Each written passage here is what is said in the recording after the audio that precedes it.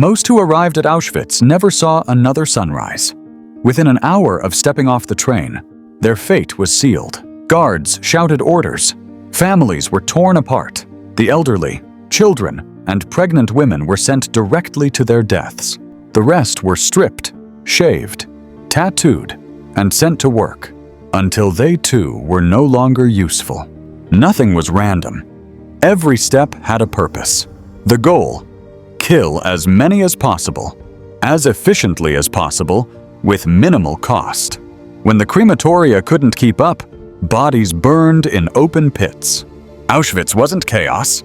It was organized, funded, and managed like any state institution.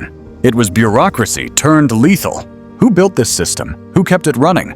And how could thousands follow its orders so precisely for years? Before the war ended, hundreds of witnesses, guards, survivors, engineers, testified about what was built in Auschwitz and who made it happen. Their words, along with SS documents and post-war interrogations, became the blueprint historians later used to reconstruct the camp's dark evolution. Much of what we know today about its design comes from Rudolf Höss, the architect of Auschwitz himself. His testimony at the Nuremberg trials, his memoir Commandant of Auschwitz, and the archives kept at the Auschwitz-Birkenau State Museum. From these records, a clear picture emerges of a man who turned killing into a system. When Rudolf Höss stepped off the train in Auschwitz on April 30th, 1940, the war was still young. The town was quiet, unremarkable. Its army barracks abandoned and sinking into swampy ground. To anyone else, it looked like a ruin. To Höss, it was potential. Within a few months, this desolate place would become Auschwitz, the center of a machine built to murder millions. Heinrich Himmler, head of the SS, had handpicked Höss. He needed someone precise, loyal, and efficient. Höss had proven himself at Dachau and Sachsenhausen, mastering the SS model for control through terror. He didn't shout or rage. He followed orders with cold calculation. When he was told to build a new camp, he didn't ask why. He simply got to work. The first version of Auschwitz wasn't built to kill on an industrial scale. Its early purpose was to hold Polish political prisoners, but under Höss, it quickly became a place where survival itself was nearly impossible. Prisoners worked in mud up to their knees, hauling bricks, draining swamps, and building their own prisons. Disease spread fast. Hunger was constant. The death toll climbed quietly in the background. The design borrowed heavily from Dachau. Höss recreated its psychological blueprint: unpredictable punishment, deliberate chaos, and the kapo system, where prisoners ruled over each other. It was an experiment in human degradation, perfected through bureaucracy. Soon, Auschwitz became part of a bigger machine. SS economic chief Oswald Pohl ordered the use of prisoners as slave labor for nearby factories, especially the IG Farben chemical plant. Workers died by the thousands. Their deaths weren't seen as loss, but as waste to be replaced. The line between labor and extermination had started to blur. Then came 1941. The war in the East turned savage. Nazi policy radicalized. The killing in the Soviet territories was messy, loud, and personal. Himmler wanted something cleaner, something silent, something that could run without emotion. And Höss, ever the efficient officer, found a way. The breakthrough came through a pesticide, Zyklon B. It had been used to kill lice in the barracks, until Höss realized it could do the same to people. In late August 1941, the first gassing took place in the basement of Block 11. Soviet prisoners and sick inmates were sealed inside. When the doors opened, everyone was dead. Höss later wrote about it like a technical report. No hatred, no horror. Just confirmation that the method worked. From there, Auschwitz changed its identity. Himmler ordered expansion. A new site was chosen 3 kilometers away, Birkenau, SS Captain Karl Bischoff, an engineer, oversaw construction. The ground was swampy, the air thick with disease. Thousands of prisoners died just building it. But in 1942, the first gas chambers and crematoria were ready. They were disguised as shower rooms, complete with fake nozzles. Efficiency met deception. By then, Auschwitz had become a network. Auschwitz where? The headquarters. Birkenau, the killing center.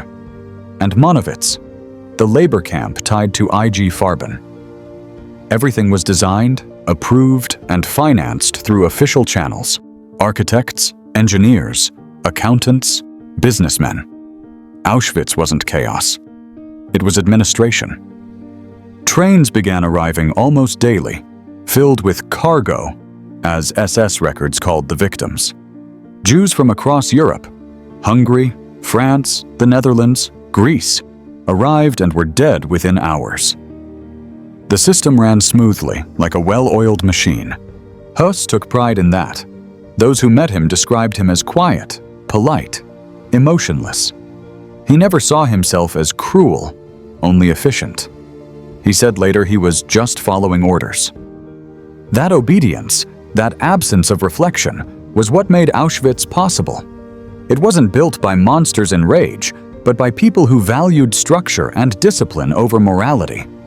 Höss's signature turned orders into blueprints, blueprints into chambers, and chambers into ash. When the killing system was perfected, the trains kept coming. The road to Auschwitz didn't start with barbed wire or guard towers. It started with a knock, usually in the middle of the night, when the world was too quiet to resist. Families were told they were being resettled for work in the East. They were allowed to pack a few things: clothes, food, maybe a family photo. Some locked their doors behind them, still carrying the keys, believing they would return. The trains that awaited them weren't meant for people. They were freight cars, cattle wagons packed with 80 to 100 souls each. The air inside turned foul within hours. In summer, passengers fainted from heat and thirst. In winter, their breath froze on the wooden walls. There was no food, no water, no toilet. The weak collapsed first. The rest stood pressed together, unable to sit. When the doors finally opened days later, the dead lay tangled with the living. SS guards shouted, dogs barked, and the first sight of Auschwitz filled the survivors' eyes, a horizon of wire, smoke, and chimneys. They were unloaded at a place the Nazis called the Judenrampe, the Jewish ramp. It was later moved inside Birkenau, right up to the gas chambers to save time. On the ramp, the process ran with clockwork precision. Men were separated from women and children. SS officers with clipboards recorded the numbers, not names. Floodlights cut through the dark, barking dogs filled the air, and confusion turned into terror.